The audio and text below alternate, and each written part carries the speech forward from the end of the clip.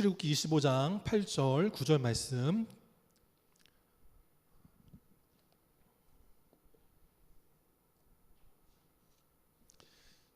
잠시만.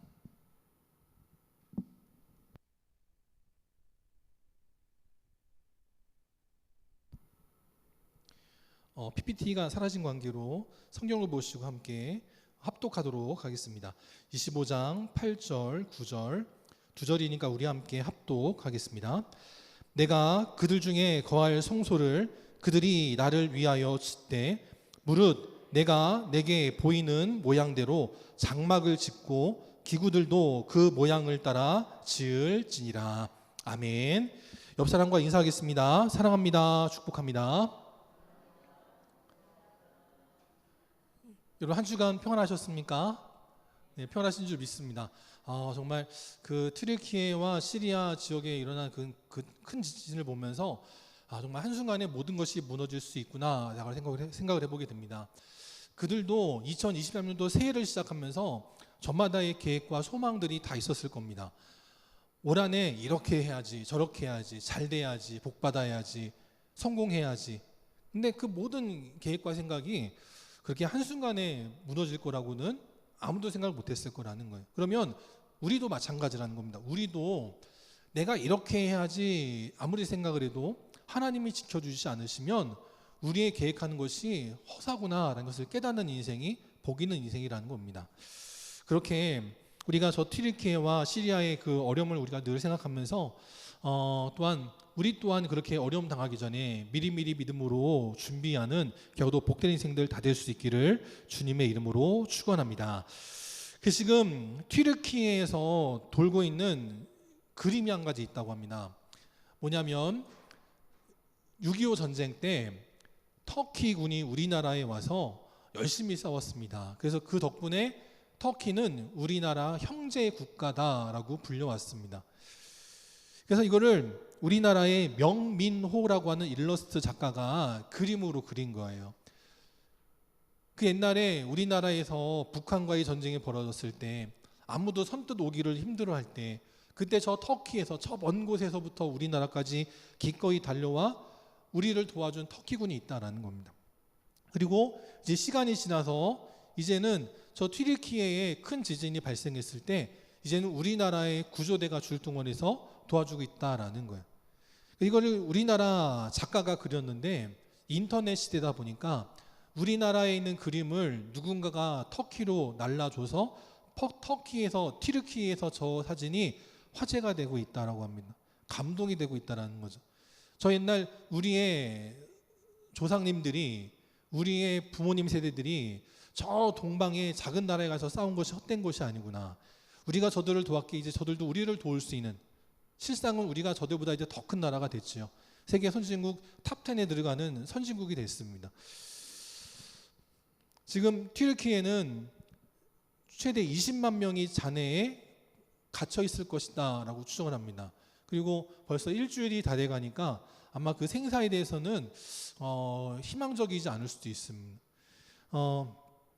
지금 튀르키예는 겨울이라서 추위 때문에 힘들어하는데 아마 여러분 다 뉴스를 통해서 보셔서 알겠지만 모든 지역이 거의 다 무너져 버렸기 때문에 우리나라는 산발적으로 지역적으로 어떤 문제가 생기면 다른 지역의 강당이나 체육관이나 학교로 피신을 해서 거기서 쉴 수 있는데 튀르키예는 그런 곳이 없다라는 거예요. 그래서 지금 낮에는 구조 활동을 펼치느라 힘들고 밤이 되면 추위와 싸우느라 힘들다라고 말씀을 합니다.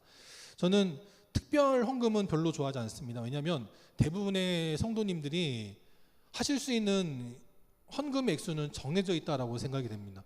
그런 상황에서 특별 헌금을 해도 결국은 이게 아랫돌 빼가지고 윗돌 개는 그런 시기라 저는 특별 헌금은 별로 좋아하지 않습니다.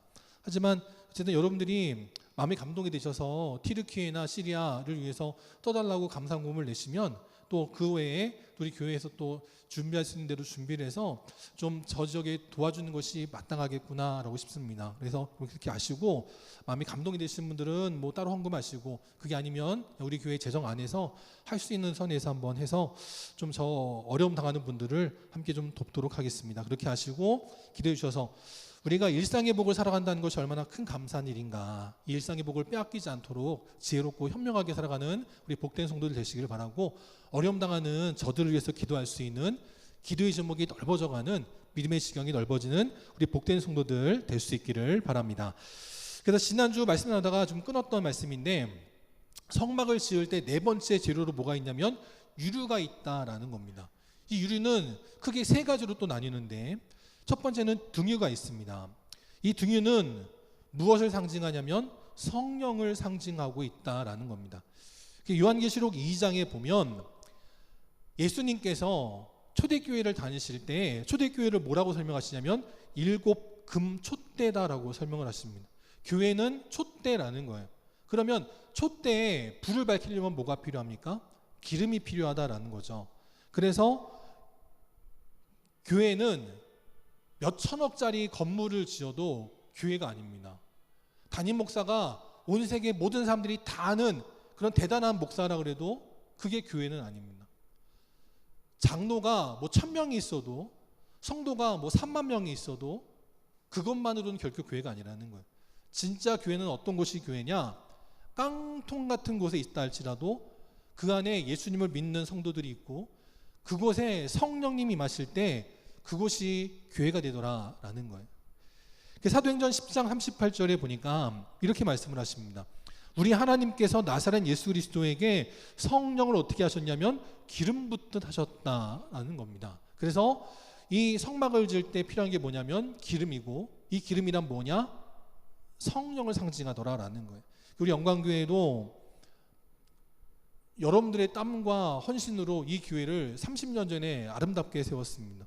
근데 여기서 그치지 않고 앞으로 또 새롭게 리모델링 할 때 성령님이 함께 하시는, 성령님의 치유하심이 있는, 성령님의 만져주심이 있는 그런 건물이 되고 그런 교회가 되게 해달라고 기도해 주시면 감사하겠습니다.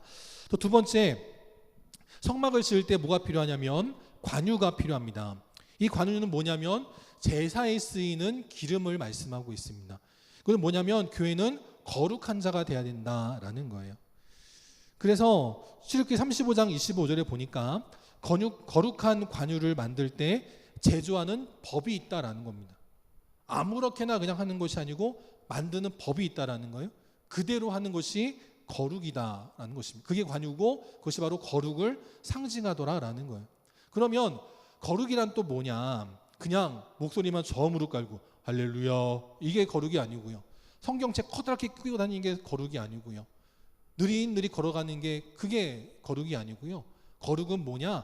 세상과 구별되게 살아가는 것이 거룩이다라는 겁니다. 여기 한 번도 제가 연주하는 걸 들어보지 못하셨지만 저는 기타를 칠 줄 압니다.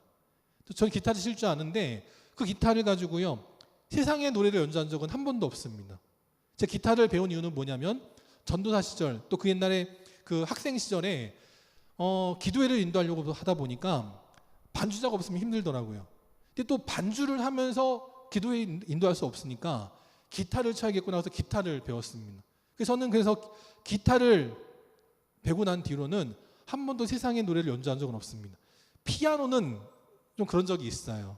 좀 이렇게 잘 보고 싶어가지고 연주곡을 좀 준비해서 해본 적은 있습니다. 그런데 기타는 그런 적이 없어요. 그럼 기타는 저에게 뭡니까? 거룩의 상징이라는 거예요. 옛날에 젊은 아들이 기타 치느라고 띵가띵가 거리면 아우 너 딴따라 되려고 그러냐라고 말씀하셨지만 저에게 기타는 딴따라의 상징이 아니라 거룩의 상징이라는 거예요. 우리 사랑하는 성도들도 이 땅 속에 살아가지만 이 땅에 물들어서 세상의 사람들과 완전히 뒤섞여 버려서 저 사람이 성도인지 아닌지 구별할 수 없는 그렇게 살아가는 것이 아니라 거룩한 삶, 구별된 삶, 세상의 사람들과는 다르게 살아가는 적어도 복된 인생들이 될 수 있기를 바랍니다. 또 세 번째, 이 유류를 가지고 뭘 만들었냐면 향을 만들었다라는 겁니다. 근데 이 향이 뭐냐면 분향의 의미가 있는 거예요. 초로서의 의미가 중요한 게 아니고 분향, 향기의 의미가 있다라는 겁니다. 그리고 이 분향하는 이 향은 뭐냐? 기도를 상징하고 있다라는 거죠. 요한계시록 8장에 보니까 말세 때 이렇게 말씀하고 있습니다. 천사가 금향로를 가지고 왔는데 보니까 그 안에 많은 향이 있다라는 거예요. 이 많은 양은 뭐냐? 성도들의 기도를 합한 것이다 라고 말씀을 합니다. 우리가 기도할 때 아무런 변화도 없어 보이지만 여러분이 하시는 그 모든 기도가 천사의 금양로에 담기어 제단에 올라갑니다. 여러분의 기도가 결코 헛되지 않다라는 거예요. 그 기도가 지금 당장 이루어지느냐 이루어지지 않느냐의 차이지, 또 내가 원하는 것과 하나님이 원하시는 것에 다름의 차이가 있을 뿐이지 여러분의 기도는 결코 허탄하게 사라지지 않습니다. 여러분의 기도는 반드시 하나님 앞에 상달되어집니다. 그래서 우리 영광교회가 늘 금양로에 여러분의 기도가 가득하게 되는 그런 귀하고도 복된 교회가 될 수 있기를 바랍니다. 예전에 비유 가운데, 예화 가운데 이런 게 있었어요. 하나님께서 천사들에게 바구니를 두 가지를 나눠주셨다고 합니다. 한 바구니에는 감사의 내용을 담아와라 하셨고, 한 가지는 내가 원하는 소원의 제목을 담아가지고 와라 라고 천사에게 명령했다는 겁니다. 그래서 나중에 천사가 돌아오는데 보니까 바라는 원하는 소원을 담은 바구니는 차고 넘치더라는 거예요. 그런데 주신 것에 대해서 감사하는 바구니는 적었다라는 그런 예화가 있습니다. 전 여기에 한 가지를 더하고 싶습니다. 불만을 담은 바구니와 하나님 앞에 믿음으로 드리는 기도의 바구니가 있습니다. 여기에 여러분은 안 된 것에 대한 불만을 가득 채우기를 원하십니까? 아니면 안 되었어도 하나님 앞에 믿음으로 드리는 기도를 채우고 싶습니까? 우리 사랑하는 성도들은 내 맘대로 안 된다고 불평하고 불만을 가득가득 바구니에 담아놓는 성도들이 아니라 안 되고 어려울지라도 되기를 바라는 마음으로, 하나님의 인도하심을 바라는 마음으로 소원을 담아 하나님 앞에 믿음으로 기도의 내용을 채워나가는 그런 귀하고도 복된 아름다운 믿음의 향기가 있는 복된 인생들 될 수 있기를 바랍니다. 그럴 때 하나님께서 어떻게 하시느냐? 모든 것을 예비하여 주신다라는 겁니다. 지금 이스라엘 백성들은 이제 막 애굽에서 나왔습니다. 종살이를 하던 사람들입니다. 그들이 무슨 돈이 있어서 성막을 지을 때 필요한 재료들을 드릴 수 있겠냐라는 거예요. 이스라엘 백성들의 그 당시의 상황을 잘 묘사한 구절이 창세기 15장 13절에 이미 예언되어 있었습니다. 하나님께서 아브라함에게 뭐라고 말씀하셨냐면 너의 자손들이 이방의 객이 될 것이다. 그리고 400년 동안 그들은 너의 자손들을 괴롭힐 것이다 라고 이미 예언하신 적이 있어요. 그 예언대로 정말 이스라엘 백성들은 애굽에서 종과 같이 지냈습니다. 그러나 하나님은 거기에 또 다른 말씀, 축복의 말씀을 예언해 주셨습니다. 그게 뭐냐면 14절에 보니까 그러나 그 너의 후손들이 섬기던 그 나라 애굽을 하나님이 직접 징벌하시겠다라는 거예요. 그러면 그 후에 너의 자손 이스라엘 백성들이 나올 때에 빈손으로 겨우겨우 탈출하는 것이 아니라 큰 재물을 이끌고 당당하게 나올 것이다 라고 축복하여 주셨다라는 겁니다. 정말 그 하나님의 예언대로 출애굽기 12장 36절에 보니까 하나님께서 애굽 사람들에게 이스라엘 백성들을 향한 열린 마음을 허락해 주셨다는 거예요. 그래서 이스라엘 백성들이 그 애굽의 사람들에게 가가지고 당신네 집에 이게 좋아 보이는데 이것 좀 주세요. 저게 좋아 보이는데 저것 좀 주세요 라고 하면 달라고 하는 대로 주게 하셨더라라는 거죠.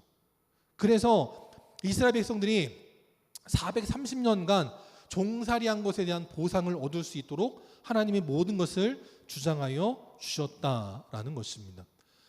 우리가 하나님의 일을 감당할 때 하나님은 우리에게 그냥 공짜로 원하지 않습니다. 하나님은 우리가 하나님의 일을 할 수 있는 건강을 주시고 평안을 주시고 물질을 주시고 일상의 복을 허락하여 주시는 줄 믿으시기를 바랍니다. 그래서 하나님께서 친히 채워주신다. 하나님께서 준비해 주신다.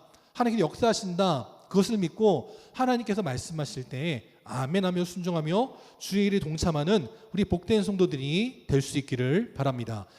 두 번째, 또 우리는 무엇을 알아야 되느냐? 우리가 하나님의 일을 할 때에 나를 위하여 하는 것이 아니라 하나님을 위해 해야 한다라는 것입니다. 오늘 말씀 8절에 보니까 하나님께서 모세를 통하여 말씀하십니다. 내가 그들 중에 거할 성소를 지어라 라고 말씀하십니다. 이스라엘 백성들 가운데 내가 함께 할 것인데, 근데 그것은 그들을 위해 있는 게 아니라는 거예요. 그들이 나를 위하여 지어라 라는 것입니다. 우리가 신앙생활 할 때 여기 계신 대부분의 분들은 이미 신앙생활을 오래 하셔서 까먹으실 수 있지만 교회를 처음 나오신 분들은 대부분 다 어떠한 마음으로 나오십니까? 여러분이나 저나 다 처음에 교회 나올 때는 어떤 마음으로 나와요? 복받기를 원하는 마음으로 나옵니다. 지금도 직분에 상관없이 이렇게 해서 복받았다, 복받기를 원한다, 그렇게 말씀들을 합니다. 신앙생활을 복받기 위해서 하는 경우들이 있습니다. 틀린 말씀 아닙니다. 우리가 하나님을 위해서 헌신할 때 하나님이 결코 우리를 내버려 두지 않으시고 우리에게 세상이 누구보다 더 큰 은혜와 능력과 축복을 허락하여 주십니다. 그러나 그것은 처음의 일이에요. 어린아이가 맨날 엄마 아빠한테 이것 달라 저것 달라고 합니다. 그런데 나중에 장성해서도 엄마 아빠한테 달라고 그러면 되나요?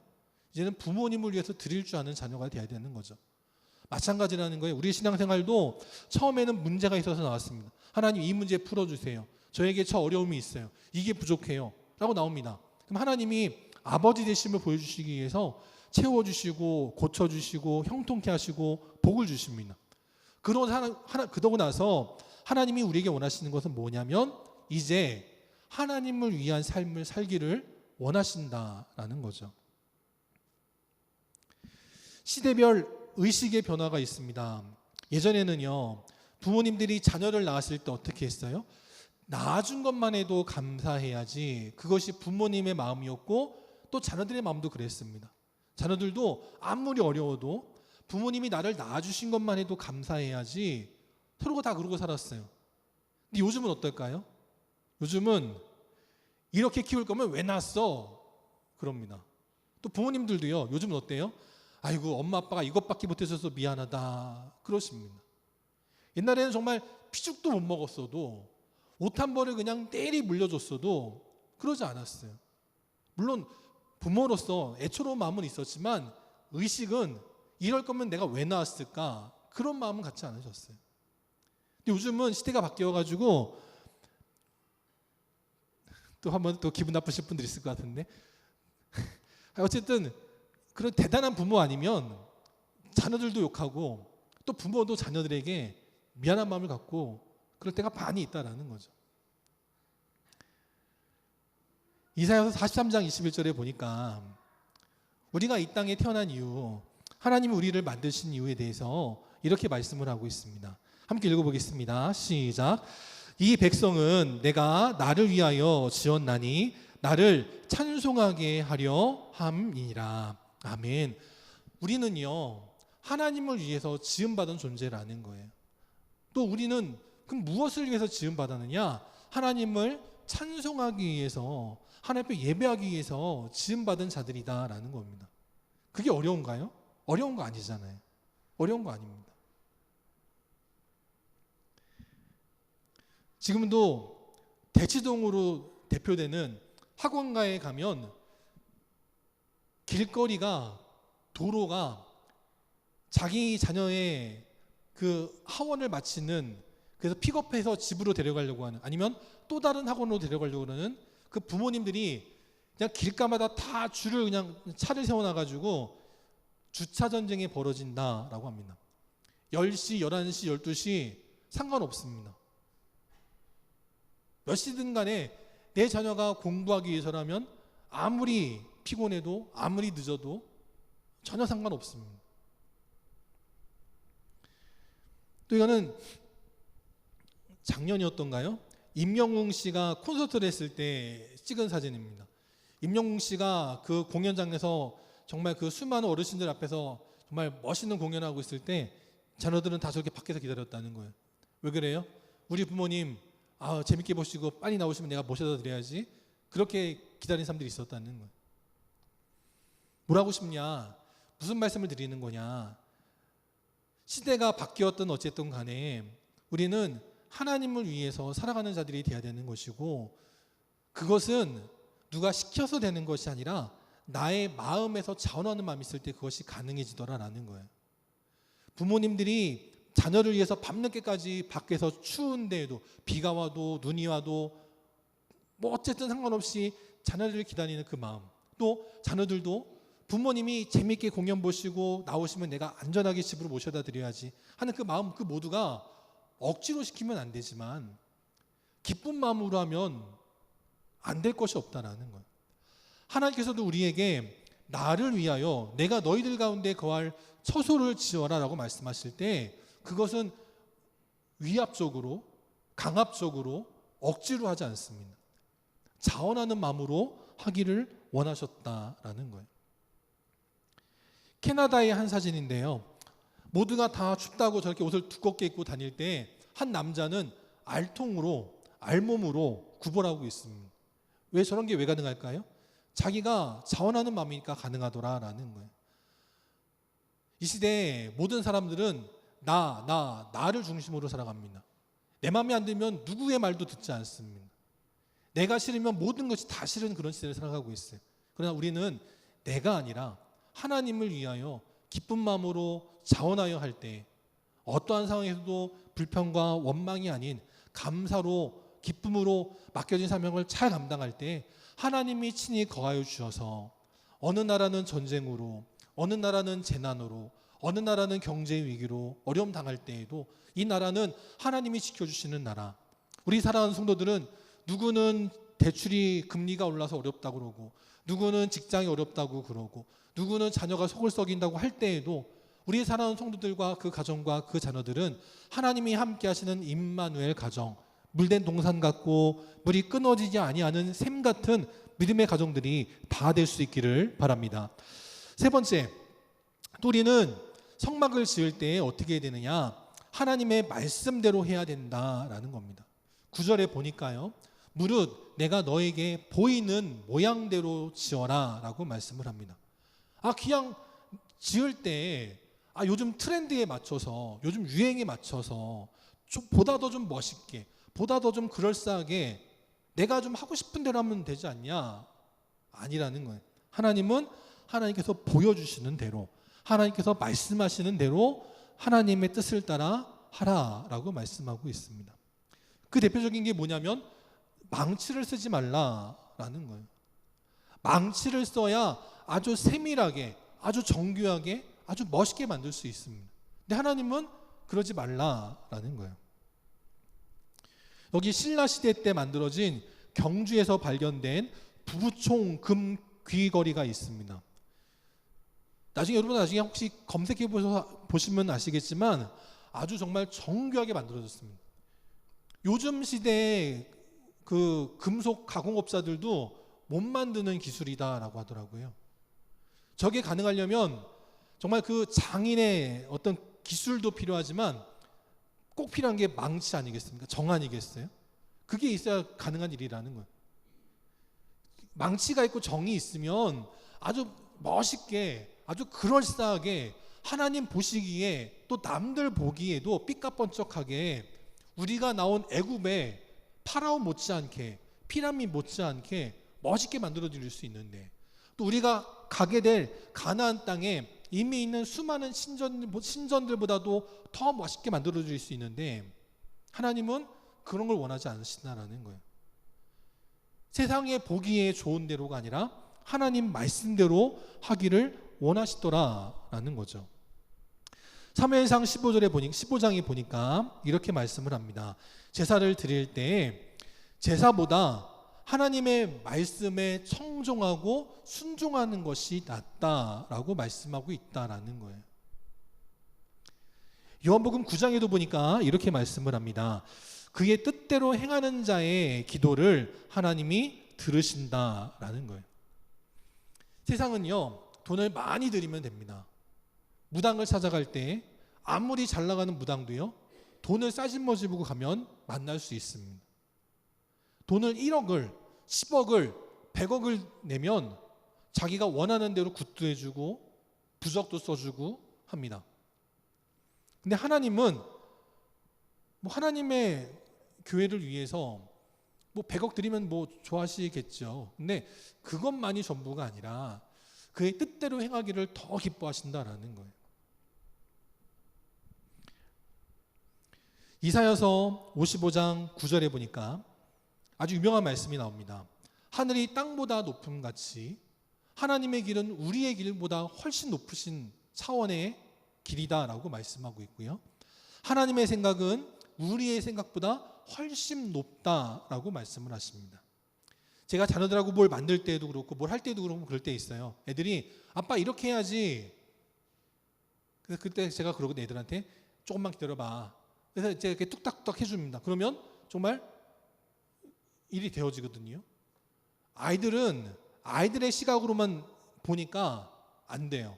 근데 부모는 그보다 더 한 차원 높은 단계에서 보니까 되더라라는 거죠.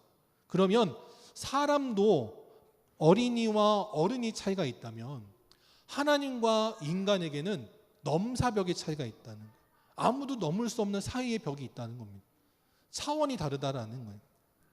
그래서 우리는 나의 생각, 나의 뜻대로가 아니라 하나님께서 보여주시는 대로, 하나님께서 인도하시는 대로, 하나님께서 말씀하신 대로 순종하여 하나님의 일을 이루어나갈 수 있는 겨우도 복된 성도들이 될 수 있기를 바랍니다. 우리가 길을 건너갈 때 횡단보도로 건너야 된다는 것은 누구나 다 알고 있습니다. 그런데 그걸 지키냐의 문제는 다르죠. 제가 도시에 살 때 그 시골에서 무단횡단하다가 사고 나는 블랙박스 영상 같은 걸 많이 봤거든요. 왜 그러시나. 그냥 길로 가시면 횡단보도로 가시면 안전한데. 근데 그런 어르신들이 의외로 많이 있었어요. 근데 제가 철원에 와서 보니까 의외로 또 우리 어르신들은 또 별로 그러신 분들이 없으시더라고요. 그래서 감사합니다. 근데 중국에 어느 할아버지의 사진인데 할아버지가 손녀를 데리고 길을 건너갑니다. 근데 이번에는 횡단보도는 잘 건너가셨어요. 그런데 신호를 어기신 겁니다. 횡단보도로 건너가야지 하고 횡단보도로는 건너가셨어요. 그런데 신호등이 있으면 신호등을 따라야 되는데 그 신호등을 무시하고 내 맘대로 건너가셨습니다. 손녀는 어린이집에서 배운 것 같아요. 그래서 안 돼 할아버지, 안 가, 못 가, 싫어 하는데도 할아버지가 끌고 갔어요. 마지막의 장면은 사고로 끝이 났습니다. 누구나 다 배웠어요. 알고 있습니다. 들었습니다. 근데 그대로 하지 않으니까 문제가 생기더라라는 거예요. 근데 반대로 여기 한 어린아이들의 사진이 있습니다. 조카들의 모습이라고 누가 찍어서 올렸더라고요. 길을 건너갈 때 횡단보도가 없는 곳이니까 건너편에서 차가 오나 안 오나를 보기 위해서 그냥 나가지 않고 고개만 빼꼼 내밀었다는 거예요. 그냥 나가면 혹시 차가 지나가다 칠 수 있으니까 선생님이 가르쳐 주셨어 하면서 먼저 고개만 이렇게 내밀어서 차가 오나 안 오나 보고 안 오면 건너가고 차가 오면 안에 다시 돌아가서 기다렸다가 안전하게 건너가는 조카들 모습이라는 거예요. 선생님이 가르쳐 주신 대로 부모님이 알려주신 대로 하면 문제가 없습니다. 근데 내 맘대로 하면 문제가 생기는 거예요. 우리 영광교회 성도들은 하나님께서 보여주시는 대로 하나님께서 말씀하시는 대로 하나님의 뜻에 순종하여 나아갈 때 아름다운 믿음의 성막을 세워나가는 우리 복된 교회가 되기를 바라고 또 여러분 한 사람 한 사람들이 바로 하나님의 영이 거하시는 거룩한 산 믿음의 성전으로 세워지는 아름다운 믿음의 삶이 다 될 수 있기를 주님의 이름으로 축원합니다. 다 함께 일어나셔서 찬송 458장 함께 찬양하시고 축도로 예배 마치도록 하겠습니다.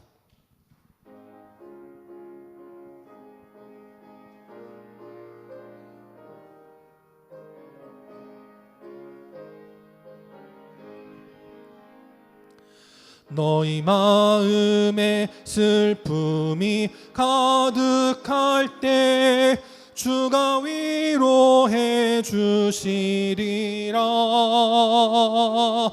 아침에 같이 빛나는 마음으로 너 십자가 지고 가라. 참 기쁜 마음으로 십자가 지고 가라. 내가 기쁘게 십자가 지고 가면 슬픈 마음이 위로받네. 때를 따라서 주시는 은혜로서 가란 심령에 힘을 얻고 주가 언약한 말씀을 기억하고 너 십자가 지고 가라. 참 기쁜 마음으로 십자가 지고 가라. 내가 기쁘게 십자가 지고 가면 슬픈 마음이 위로받네. 내가 맡은 일 성실히 행할 때에 주님 앞에서 상 받으리. 주가 베푸신 은혜를 감사하며 너 십자가 지고 가라. 참 기쁜 마음으로 십자가 지고 가라. 내가 기쁘게 십자가 지고 가면 슬픈 마음이 위로받네. 함께 기도하심으로 오늘 예배 마치도록 하겠습니다. 지금은 우리 주 예수 그리스도의 은혜와 하나님 아버지의 끝이 없는 사랑하심과 성령님의 함께하시고 교통하시고 위로 인도하심이 오늘도 하나님 바라보며 주님 의지하며 오직 하나님 말씀에 순종하여 하나님이 보여주시는 대로 하나님께서 말씀하시는 대로 하나님께서 인도하시는 대로 순종하여 하나님이 귀하고도 복된 믿음의 산 성전이 되기를 원하고 또 그렇게 아름다운 믿음의 성전을 세워나가기를 원하는 믿음의 지경을 점점 더 넓혀나가길 원하는 우리 모든 영광의 성도들 머리 위에 또 그 가정과 직장과 사랑하는 주의 자녀들 머리 위에 또 나라 지키는 국군 장병들 위에 또 모든 공무원들과 의료진들 위에 이제부터 영원토록 함께 계시기를 간절히 축원하옵나이다. 아멘.